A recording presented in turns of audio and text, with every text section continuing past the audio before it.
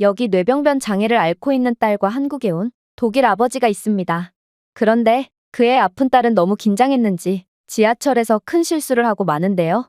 그리고 누가 신고했는지 이들 가족은 다음역에서 대기하고 있던 역무원에게 끌려가서 충격적인 대우를 받고 말았다고 합니다. 그렇다면 이들에게는 대체 무슨 일이 일어났던 것인지 자세한 내용 살펴보도록 하겠습니다. 독일인의 사연입니다. 저는 독일 베를린 출신의 사업가 알렉산더라고 합니다. 저희 가족은 꽤나 화목하지만 제겐 말 못할 고민이 있는데요. 그건 바로 초등학생 딸 마리아가 중증 뇌병변 장애를 앓고 있다는 겁니다. 그리고 비록 장애를 가진 채 태어났지만 사람을 그 누구보다 좋아하는 마리아에겐 독일 특유의 차갑고 딱딱한 분위기가 잘 맞지 않는 모양이었죠. 사람들의 무관심과 혐오 섞인 눈빛 등 마리아는 어릴 때부터 세상에 많은 풍파를 겪어야 했고 그렇게 외향적인 성격을 가졌던 마리아는 점점 집에서만 있는 시간이 길어지게 되었습니다. 그런 마리아가 몇 년 전부터 관심 있어 했던 건 바로 한국이었어요. 그녀는 뭐가 그렇게 재밌는지 알아듣지도 못하는 한국어를 들으면서도 한국 프로그램을 전문적으로 방영해주는 TV 채널만을 봤고 그녀 때문에 저희 부부도 한국 드라마와 K-팝 등을 시청해야 했죠. 그러나 저희 부부는 마리아의 신나하는 모습을 보며 만족해하곤 했습니다. 한국 드라마는 감성이라고는 전혀 없는 남자인 제 취향은 아니었지만 아내는 한국 드라마를 보고 종종 눈물까지 흘리는 걸로 보아 한국은 콘텐츠 강국인 듯했죠. 어쨌든 그렇게 한국만 보면 세상을 다 가진 듯한 행복한 표정을 짓는 마리아를 보다가 한 번은 일본에서의 미팅 약속이 잡히게 되었습니다. 한국은 일본 바로 옆에 있는 나라고 저는 이건 한국을 무척이나 좋아하는 마리아에게 좋은 경험을 시켜줄 수 있는 기회라고 생각했죠. 그래서 일단 가족들과 함께 일본으로 갔다가 미팅을 마친 뒤 한국으로 넘어가기로 했습니다. 한국에 간다는 소식을 들은 마리아는 무척이나 기뻐했어요. 그녀가 생일 선물로 그렇게나 받고 싶어 했던 인형을 사줬을 때도 이 정도로 기뻐하지는 않았는데 한국이 뭐 저렇게 좋은 건지 그녀는 밤낮으로 설레하는 게 느껴지더라고요. 어쨌든 그렇게 저희는 일본에 먼저 도착했고 저는 3일간의 미팅 일정을 마친 뒤 일본에 온 김에 3일간 더 머물며 일본에서 가족여행을 하고 한국으로 넘어가기로 했습니다. 저희 가족이 일본에서 처음으로 한 것은 바로 온천 여행이었는데요. 일본은 온천으로 유명하기도 하고 씻는 걸 무척이나 싫어하는 마리아가 일본 온천을 가본 뒤 물을 좋아하게 된다면 그녀에게 좋은 습관이 형성될 수도 있겠다고 생각했거든요. 그러나 온천 내부의 료칸에 도착하자마자 저희 가족은 정말 상상치도 못했던 충격적인 일을 겪고 말았습니다. 저는 남탕에서 아내는 마리아를 데리고 여탕에서 시간을 보낸 뒤 료칸에서 다시 만나기로 했는데 온천을 즐기고 료칸으로 돌아와 보니 아내가 눈물을 흘리고 있는 거 아니겠어요? 저는 화들짝 놀라서 왜 그러냐고 물어봤는데요. 아내는 딱 봐도 남들과는 다른 마리아를 데리고 탕 안으로 들어오니 탕 안에 있던 일본인들이 전부 다른 탕으로 옮겨갔고 마리아에게 혐오 섞인 눈빛을 보내기 시작했다고 했어요. 그리고 얼마 지나지 않아 관리인이 오더니 다른 손님들에게 민폐가 될 수 있으니 나가달라는 요구를 했다는 거 아니겠어요? 아내는 당연히 이런 불합리한 요구에 항의했으나 관리인과 일본인 이용객들의 진상 취급하는 눈빛에 못 이겨 그만 탕 안에서 나올 수밖에 없었다고 했어요. 저는 엄청나게 분노했습니다. 일본인들은 남들과 조금 다르면 아예 사람 취급도 안 하고 있었기 때문이에요. 그러나 일본인들의 차별은 여기서 끝이 아니었죠. 분노한 저희는 날이 밝자마자 다른 관광지를 가려고 일본의 기차에 탑승하게 되었는데요. 저희는 애써 모든 일본인들이 그러지는 않을 거라고 생각하며 기분 좋게 여행을 마치려고 했죠. 역시나 긍정적으로 생각해보니 일본도 많은 장점이 있었어요. 일본의 대중교통 시스템은 무척이나 잘 되어 있었고 장애인을 위한 시설물들도 잘 정비되어 있어서 마리아의 휠체어를 끌고도 어렵지 않게 기차에 탑승할 수 있었거든요. 그런데 갑자기 마리아가 일본의 기차 안에서 시끄럽게 굴기 시작했어요. 그녀는 계속 한국을 외친 걸로 보아 아마 기차 안의 일본인들을 자신이 TV 속에서나 보던 한국인들이라고 착각하고 신이 났던 모양이었죠. 말린다고 말렸지만 신이 난 마리아를 말리는 건 정말 쉽지 않았는데요. 하지만 일본인들의 반응이 정말 충격적이었어요. 그들은 하나같이 고개를 돌려 마리아를 차갑게 노려봤는데 그 누구도 입을 열지는 않았거든요. 그저 조용히 차가운 눈빛으로 저희를 째려볼 뿐이었죠. 그들은 대중교통 안에서 기이할 정도로 침묵을 유지하고 있었기에 마리아의 시끄러운 소리가 더욱 크게 들렸던 건 사실이었습니다. 하지만 차갑고 딱딱한 걸로 유명한 독일인들도 장애인이나 아이에게 이 정도로까지 혐오 섞인 시선을 보내지는 않기 때문에 저는 일본인들의 하나 같은 자비 없는 태도에 정말 소름이 돋았습니다. 그리고 마리아도 이런 일본인들의 시선에 상처를 받았는지 눈물을 흘리기 시작했죠. 아마 그녀는 사랑하던 한국인들이 자신을 싫어하는 줄 알고 더욱 큰 상처를 받았을 테죠. 그런데 갑자기 기차에 승무원이 다가오더니 충격적인 이야기를 꺼내는 거 아니겠어요? 손님, 죄송하지만 다른 승객들에게 민폐가 될 수 있으니 다음 역에서 내려주시겠습니까?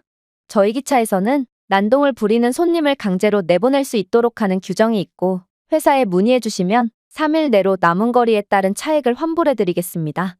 이 말을 들은 저는 순간 머리가 하얘지면서도 마리아를 위해서라도 그냥 내리는 게 좋겠다는 생각을 하게 되었습니다. 다름을 인정하지 않고 자신에게 조금이라도 피해가 오면 자비 없는 태도를 보이는 냉혈한 같은 일본인들을 상대하다간 마리아만 더욱 상처받을 것 같았거든요. 그렇게 기차에서 쫓겨난 저희는 누가 먼저랄 것도 없이 그대로 공항으로 향했어요. 저와 아내 모두 같은 생각을 했던 모양이었죠. 그리고 일정보다 빨리 도착하게 된 한국에서 마리아는 계속 풀이 죽어 있더군요. 저희 부부 또한 일본인들과 비슷하게 생기고 문화도 비슷해 보이는 한국에서 똑같은 차별을 겪을 것 같아 두려워졌고 만약 한 번 더 차별을 겪으면 그대로 독일로 넘어가기로 다짐한 채 한국 여행을 시작하게 되었습니다. 그러나 그렇게 한국의 지하철을 타고 숙소로 향할 때 저희는 엄청나게 긴장했는데요. 왜냐하면 한국의 지하철과 일본의 지하철은 무섭도록 비슷했거든요. 일단 엄청나게 체계적인 노선과 훌륭한 시설 등도 그랬지만 한국인들 또한 지하철에서 무서울 정도로 정숙을 유지하고 있었죠. 아마 이들도 일본인들처럼 남에게 피해를 주는 것과 받는 것을 극도로 싫어하는 문화를 가진 모양이었습니다. 독일에서는 대중교통에서 시끄럽게 통화를 하거나 떠드는 사람들이 많은데 아시아는 완전히 분위기가 다른 모양이었죠. 그렇게 긴장하며 주변을 살피던 그 순간 어떤 한국인 할머니 한 분이 인상을 찌푸린 채로 마리아 쪽으로 다가왔고 한국어를 사용하며 말을 거셨어요. 저희는 일본에서의 경험이 떠올라 긴장이 됐는데요. 그 순간 옆에 있던 어떤 젊은 남성이 할머니의 말을 영어로 해석해줬고 저는 그녀의 말을 이해하고 정말 경악을 금치 못했죠. 이봐 젊은이, 딸을 잘 돌봐야지. 지금 딸이 휠체어에서 오줌을 쌌잖아. 실제로 마리아의 휠체어에서는 노란색 액체가 줄줄 새어나오고 있었고 그 액체는 지하철 바닥까지 흘려내려오고 있었어요. 일본에서의 경험이 트라우마로 남아버린 저희 부부는 여유가 없어서 마리아에게 신경을 쓰지 못하고 있었던 거였습니다.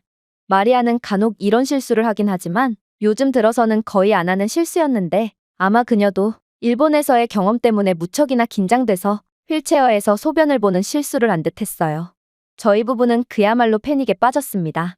지금 당장 딸의 오줌을 치울 만한 휴지도 없었을 뿐더러 일본인들과 비슷해 보이는 한국인들이 저희를 어떻게 생각할지 몰라서 너무 두려워졌거든요. 그런데 그 순간 한국인들이 충격적인 행동을 하기 시작했습니다. 제 삼촌 또래의 한국인 중년 남성은 갑자기 마리아를 번쩍 들더니 그대로 어깨에 둘러매고 어서 휠체어와 바닥을 닦으라는 제스처를 취했거든요. 그의 어깨에 매달린 마리아를 보니 마리아는 오줌뿐만 아니라 대변까지 보는 큰 실수를 한 모양이었고 지하철 내부는 대변 냄새로 가득해졌어요. 하지만 인상을 쓰거나 불만을 늘어놓는 한국인은 단 한 명도 없더라고요. 심지어 마리아의 대소변 때문에 옷이 더러워진 중년의 남성도 전혀 불만의 기색이 없었습니다.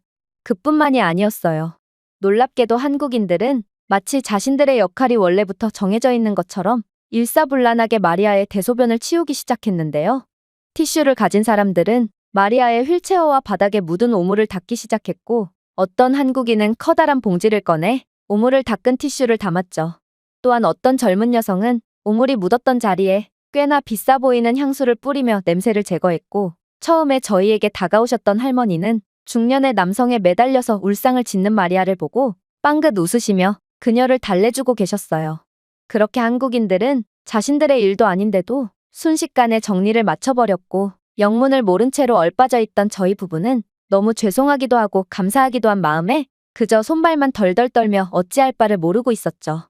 그러다 열차는 한 정류장에서 정차했고 영무원으로 보이는 직원 한 명과 청소부로 보이는 아주머니 한 분이 탑승했어요. 아주머니는 말끔하게 지하철을 청소하기 시작했고 영무원은 저희 보고 내리라고 손짓을 하더니 어디론가로 끌고 가기 시작했죠. 아마 한국도 일본처럼 민폐를 끼치면 쫓겨나는 구조인 듯 했고, 저희는 겸허히 그를 따라갔습니다. 너무 감사하게도 중년의 한국인 남성은 마리아를 넘겨받으려는 제게 이왕 옷이 더러워진 거 자신이 함께 가주겠다고 손짓해 주었고, 할머니도 열차에서 내리셔서 함께 해주셨는데요.